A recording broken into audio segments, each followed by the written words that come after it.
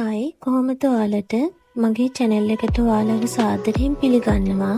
අද මම හදන්න යන්නේ මඩු ගොබදලු කරියක්. මේ මඩු ගොබදලු වල ගොඩාක් ඖෂධීය ගුණ තියෙනවා. මේ මඩු ගොබ ව්‍යංජනය බොහෝ විට ආතරයිටිස් රෝගයෙන් දුක් විඳින රෝගීන්ට ඉතාම ගුණදායක වෙනවා. එහෙනම් අපි බලමු මේ කරිය හදන්න ඕන වන අමුද්‍රව්‍ය. මුලින්ම මට ඕනි වෙනවා ඉඟුරු කැබැල්ලක් සහ සුදුලූණු බිකි දෙකක්. ඒ දෙක මම තලාගෙන තමයි තියෙන්නේ. ඊපස්සේ අමුමිරිස් කරල් 4ක් කපාගෙන තියෙනවා. සීන්ව කපාගත් ලූණු ගෙඩියක්, කුරුඳු කැබලි ස්වල්පයක්, කරාඹු නැටි ස්වල්පයක්, වෙනසාල් ඇට ස්වල්පයක්, පිංචා ඉති දෙකක්, රම්පා කොලයක්. මම මේකට පොල්ගිරි කෝප්ප එකමාරක් ගත්තා. මේ තියෙන මං ගත්ත මඩුදලු ටික. මෙතන මඩුදලු 16ක් විතර තියෙනවා. මේ මඩුදල්ලේ අඟල් 8ක් 6ක් විතර කඩා ගන්න ඕනි කැඩෙන තැනින්. මේ මඩුදලු දියවැඩියා වැනි රෝග වලට ගොඩාක් හොඳ ඖෂධයක්. ඊට පස්සේ වෙනම භාජනයකට මේ කඩාගත්ත මඩුදලු ටික තියාගන්න ඕනි.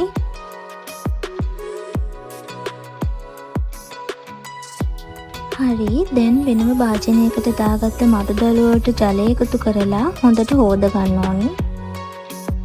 අනිවාර්යයෙන් මතක තියාගන්න මඩු ගොබදලු ආහාරයට ගන්න කලින් හොඳට සෝදා ගන්න ඕනි. සෝදාගත්ත මඩු ගොබදලු ටික වෙනම ඇලුමිනියම් භාජනයකට දාගන්න ඕන. දලු සේරම දාගත්තට පස්සේ භාජනය පිරෙන්න වතුර එකතු කරගන්න ඕන. ඊට පස්සේ මේ මඩුදලු ටික හොඳට තම්බ ගන්න. නැටන ජලයේ මේ ටික හොඳට තැම්බෙන්න ඕන. මේ තියෙන්නේ මම තම්බගත්ත මඩුදලු ටික. මේ විදිහට පාට වෙනස් වෙලා තියෙනවා මඩුදලු තැම්බුනාම. ඊට පස්සේ මේ මඩුදලු වල පොත්ත ඉවත් කරගන්න ඕනි මේ විදිහට. ඔයාලා මාව තාම subscribe කරලා නැත්නම් subscribe කරන්න. ඒ වගේම bell button එක click කරන්න. එතකොට මම වීඩියෝ එකක් දැම්ම ගමන් ඔයාලට notification එක ලබා ගන්න පුළුවන්. මේ තමයි මඩුදලු ටික සුද්ධ කරගත්තට පස්සේ පේන විදිහ. මඩුදලු ටික කුඩා කැබලි ආකාරයට කපා ගන්න. මඩු ගොබදලුව ශරීරයේ බර අඩු කිරීමටත් ගොඩාක් උපකාරී වෙනවා. හරි, දැන් අපි බලමු මේ මඩු ගොබදලු කරිය හදාගන්නේ කොහොමද කියලා. දැන් මම මැටි භාජනයක් ටිපේ තියලා ඒකට පොල් තෙල් දාලා රත් වෙන්න තියනවා. තෙල් ටික රත් වුණාට පස්සේ මම ඒකට අබ ස්වල්පයක් එකතු කරනවා.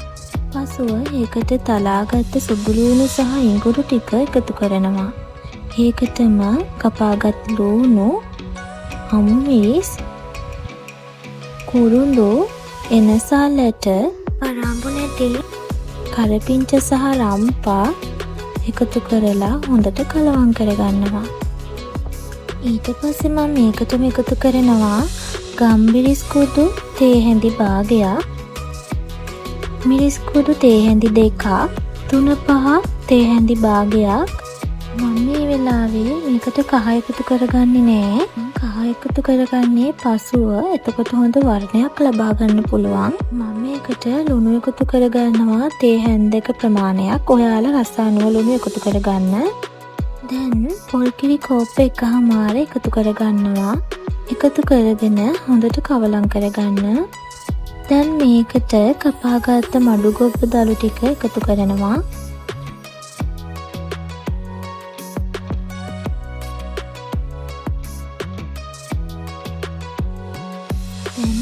කහකුඩු මේස හැඳි භාගයක් එකතු කරගන්නවා.